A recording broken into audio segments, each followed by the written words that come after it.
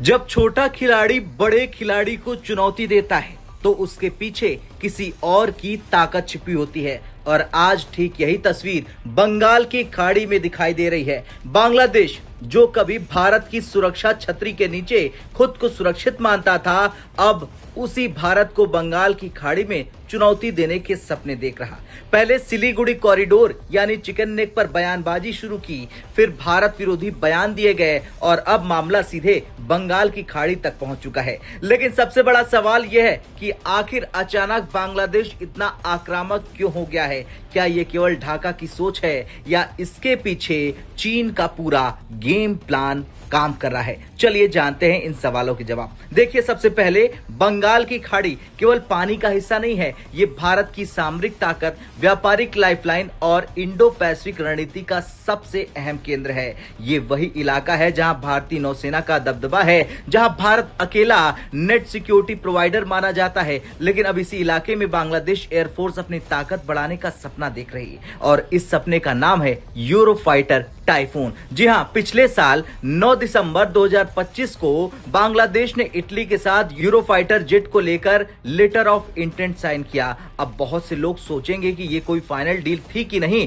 देखिए, letter of intent का मतलब होता है शुरुआती इच्छा जताना, लेकिन असली कहानी इसके पीछे छिपी मंशा है। अब जान लीजिए बांग्लादेश आखिर यूरोफाइटर जैसे एडवांस लड़ाकू विमान क्यों चाहता है। दरअसल अभी तक बांग्लादेश एयरफोर्स के पास जो फाइटर जेट है वे ज्यादातर पुराने चीनी या फिर रूसी प्लेटफॉर्म के हैं।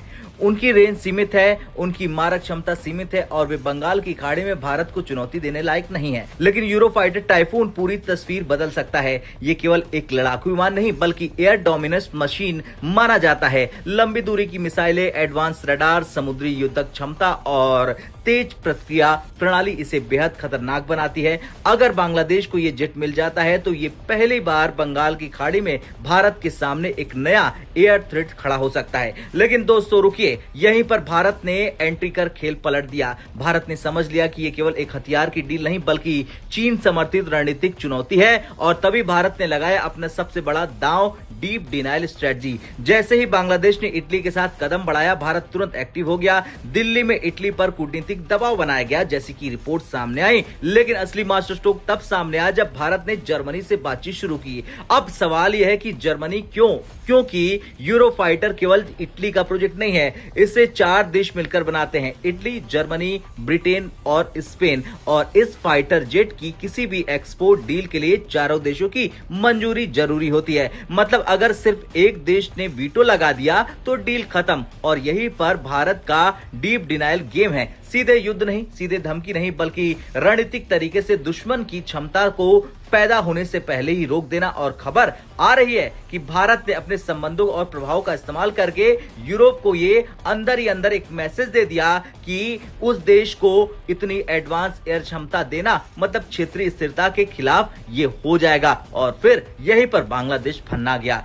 अब यहाँ बांग्लादेश को समझ में आ चुका है कि भारत इतनी आसानी से यूरोफाइटर उसके हाथ में नहीं आने देगा और यहीं से कहानी में चीन की एंट्री और हो जाती है। अब रिपोर्ट्स के मुताबिक अगर यूरोफाइटर डील रुकती है तो बांग्लादेश सीधे चीन की तरफ जाएगा, यानी चीनी फाइटर जेट खरीदने की तैयारी शुरू हो सकती है। और यही सबसे बड़ा खतरा है क्योंकि चीन केवल हथियार नहीं बेचता, वो अपने साथ रणनीतिक प्रभाव भी लाता है। आज पाकिस्तान इसका सबसे बड़ा उदाहरण है, जहां चीनी जेट, चीनी मिसाइल और चीनी सिस्टम धीरे धीरे पूरी सैन्य संरचना पर असर डाल रहा है। अगर बांग्लादेश भी उसी रास्ते पर गया तो बंगाल की खाड़ी में चीन को एक नया मोर्चा मिल जाएगा। भारत के लिए बंगाल की खाड़ी सिर्फ समुद्र नहीं है, यहीं से अंडमान निकोबार कमांड की रणनीति जुड़ी है, यहीं से मलक्का स्टेट की निगरानी होती है और यहीं से इंडो पैसिफिक में भारत अपनी मौजूदगी दिखाता है। ऐसे में अगर चीन समर्थित एयर प्लेटफॉर्म बांग्लादेश में आते हैं तो भारत के पूर्वी समुद्री मोर्चे पर दबाव बढ़ सकता है। लेकिन भारत भी चुप बैठने वालों में से नहीं है। भारत पहले ही पूर्वी सेक्टर में अपनी सैन्य ताकत बढ़ा रहा है। राफेल, सुखोई 30, ब्रह्मोस और एडवांस एयर डिफेंस सिस्टम लगातार पूर्वी कमांड में